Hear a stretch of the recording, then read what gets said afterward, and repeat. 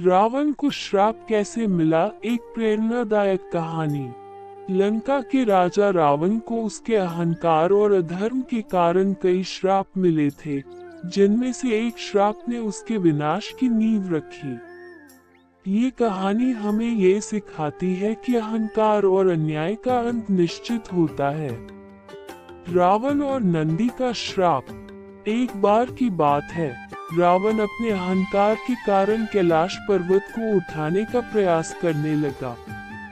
वह भगवान शिव का परम भक्त था, लेकिन अपने शक्ति के घमंड में वह इतना अंधा हो गया कि उसने भगवान शिव की महिमा को भी चुनौती दे डाली। जब रावण ने कैलाश पर्वत को उठाने की कोशिश की, तो भगवान शिव ने अपने पैर के अंगूठे से पर्वत को दबा दिया, जिससे रावण का हाथ पर्वत के नीचे दब गया। रावण दर्द से कराहने लगा और कई वर्षों तक वहीं फंसा रहा।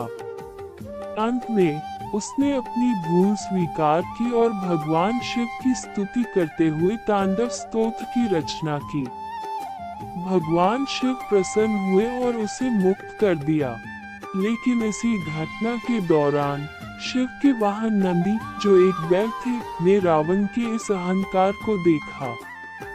रावण ने नंदी का मजाक उड़ाया और कहा, तुम केवल एक बैल हो, तुम्हारी कोई शक्ति नहीं है। ये सुनकर नंदी क्रोधित हो गए और रावण को श्राप दिया, जिस प्रकार तुमने मेरा अपमान किया है, उसी प्रकार वानर रूपी प्राणियों के कारण तुम्हारा नाश होगा। श्राप का प्रभाव।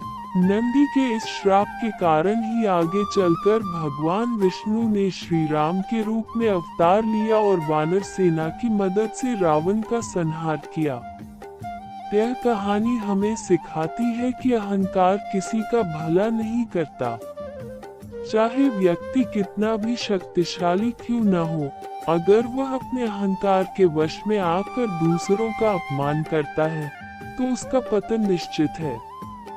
विनम्रता और धर्म के मार्ग पर चलने वाला व्यक्ति ही सच्ची सफलता प्राप्त करता है। अहंकार से विनाश और